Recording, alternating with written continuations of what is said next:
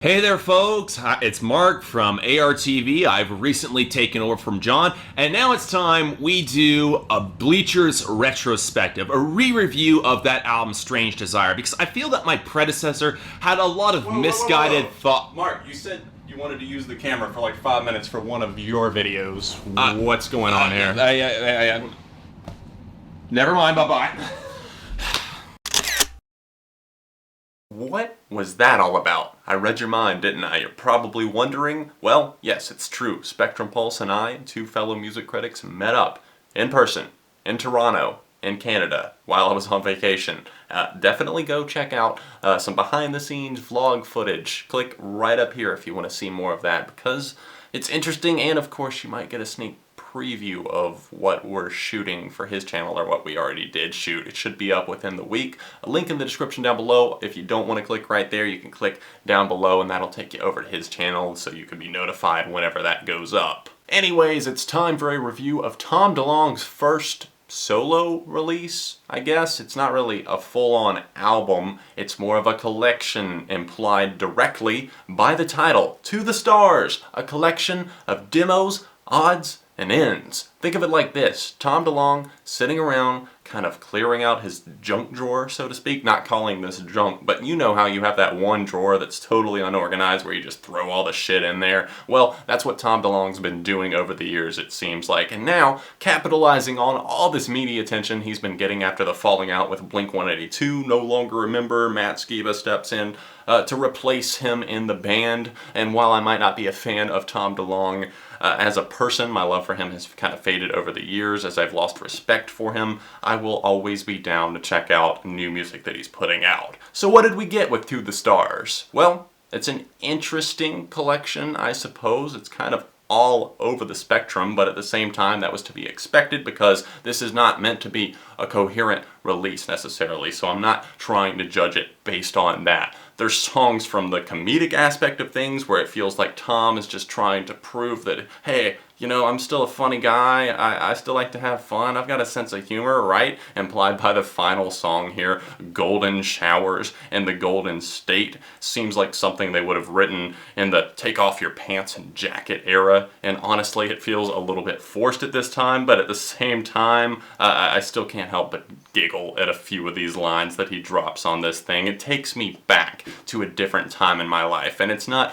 all jokes, obviously. There's some tracks that remind me a lot of Blink-182's album Neighborhoods, one of those tracks being the excellent track Suburban Kings, probably my favorite here on this record. I think what's standing out most to me about this track is just the twinkling keys that go throughout, and the lyrics that paint more of a portrait and tell a story better than Tom has done in quite a while. It kind of takes you into a world. And I'm not saying that he can't tell a story, because tracks like Anomaly off of the last Angels and Airwaves record, The Dreamwalker, really solid tunes, and it's just showing, I guess, that he still has that knack. And I feel like Suburban Kings is just one that kind of talks about growing up and kind of a coming of age type song, and I'm thoroughly enjoying it. The track in Endless Summer also feels like it could have fit in that era, but I'm having a hard time really getting into this tune, and while it's not bad by any means, it just feels a bit stagnant. It's like a retread almost. It's something that feels like an outtake from that record, and maybe it was cut for a reason. New World, which is the opening track, was also the lead single released from this thing, and I was caught off guard actually by how much I'm loving this track, and it's only grown on me with repeated listens. New World opens up with these fast-paced drums switching off between that and the guitar before coming full circle, and then really crashing into one of the most memorable choruses of the year so far, in my opinion. It's always in my head. Tom's voice here sounds really confident and maybe, I guess, more powerful than he has in a long time, in my mind at least. The Invisible Parade tackles the slower side of things, and while I do think this song is growing on me, it's not something that really stands out to me from some of his other acoustic work that I've heard, maybe some covers that he's posted in the past and that sort of thing. I do like the lyrical content here, but at the same time, it's just one of those middle-of-the-road tracks that you don't dislike. It's not that I'm actively really disliking any of these tracks, it's just that some of them I don't see myself coming back to in a month's time. Let's talk about a track that really did impress me though. That would be the track Animals. It reminds me a lot of Brand New, kind of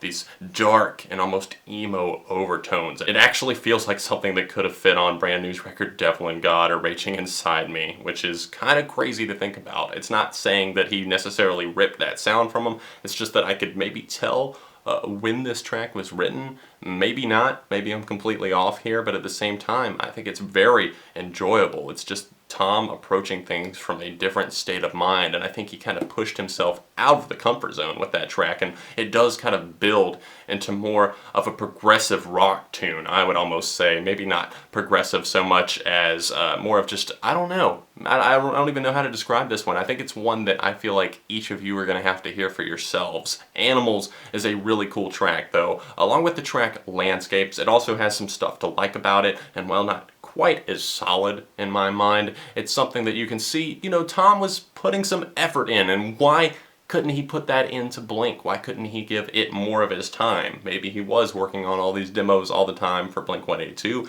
Maybe they were for Angels and Airwaves.